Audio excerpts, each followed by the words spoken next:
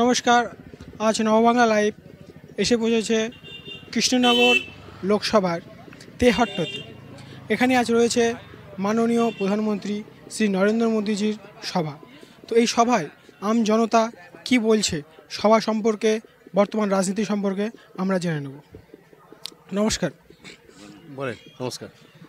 বলছি, আপনারা এই রোদ গরমকে উপেক্ষা করে এখানে এসেছেন, তো কি আশা নিয়ে এসেছেন? আমরা জিতবো।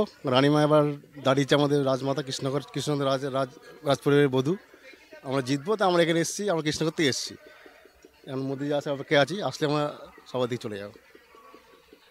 পরবর্তী 5 বছরের যে সাংসদ, বিদায়ী সাংসদ, তিনি এলাকায় কি কোনো কাজই করেননি? কোনো কাজ করেনি। উনি শুধু বিদেশ ভ্রমণ করেছেন, কোনো কাজ করেনি।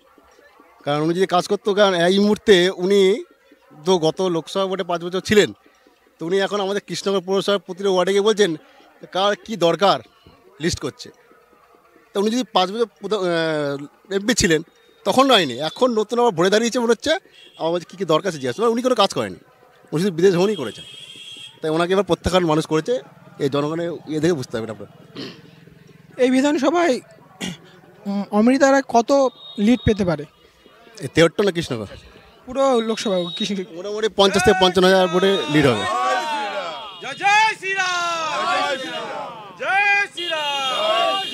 50 থেকে 55,000 ভোটে লিড হবে এবার কৃষ্ণনগরে। মানুষ পুরো সাথ দিয়েছে। কারণ দুর্নীতি চলছে এ রাজ্যে, আর মহামিত হচ্ছে 1 নম্বর উপরে, মানে যদি পিসি হয় এর ছোটো পিসি, ঠিক আছে। তাই একে মানুষ এবার প্রত্যাখ্যান করবে।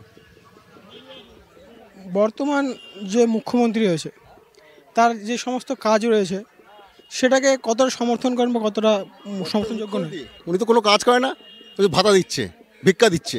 মানে মহিলাদের উনি ওই 1000 টাকা দিয়ে কিনে নিয়েছে, আর কোনো কাজ নেই। শুধু মহিলাদের 1000 টাকা দেবো, মহিলাদের ভোট চাবো। দেখবেন ওদের প্রচারে একটাই কথা, 1000 টাকা পাচ্ছ তো ভোটটা দেওয়া। কিন্তু এই যে চাকরির দুর্নীতি, এই চাকরি চলে গেল, প্রত্যেক ঘর বেকার হয়ে গেল, তারা কোনো সব টাকা খেয়ে নিয়েছে। তো এখন তো আমি তো বলবো যারা চাকরি প্রার্থী ছিলেন, যারা যোগ্য ছিলেন, তারা তো উচিত দলবদ্ধ ওই কালীঘাটে গিয়ে চাকরির টাকাটা আদায় করে নেওয়া। তারা এখনও কেন যাত্রা যায় না, কিন্তু চিন্তা নেই, সিবিআই তদন্ত দিয়েছে, সব ওই পুরো ক্যাবিনেটে জেলে যাবে। শুধু অপেক্ষা করুন। মোদিজি বলেছে 4 থেকে রেজাল্ট হবে, তারপরে কারবাই দ্বিগুণ হবে।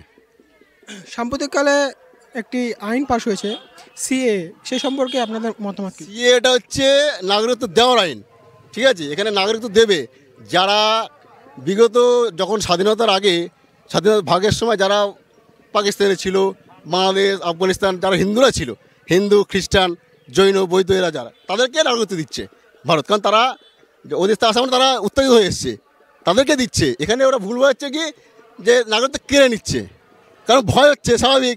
আজকে যারা ওই দেশ থেকে উত্তেজিত হয়ে এসছে, তার যে নাগরিকত্ব হয়, তারা তো স্বাভাবিক মোদির পক্ষে যাবে, সেই ভয়টাতে কাজ করছে। তার জন্য কী করছে, যাতে ভুল বুঝিয়ে যাতে ওনার পক্ষে না যায় ভোটটা, সে ভুল বুঝাচ্ছে। কিন্তু মানুষ বোঝে, মনে অত মূর্খ না, উনি নিজে মূর্খ বলে সবাইকে মূর্খ ভাবছে। কিন্তু মানুষ এবার দুহাত ভরে মোদিজিকে আশীর্বাদ করবে। পশ্চিমবঙ্গে কতগুলো লোকসভা আসন পেতে পারে ভারতীয় জনতা পার্টি? 30 থেকে 35 সিট পাবে। মোদি এমনি বলেনি যে এবার 30 থেকে 35 পাবো, ওদের কি নিশ্চয় ক্যালকুলেশন আছে, ঠিক আছে। 30 থেকে 35 সিটই পাবে, কনফার্ম সিট ধরে রাখুন। এবার আমাদের বাংলায় আগামী দিনে পদ্ম ফুটছে, সময়ের অপেক্ষা। অসংখ্য ধন্যবাদ আপনার।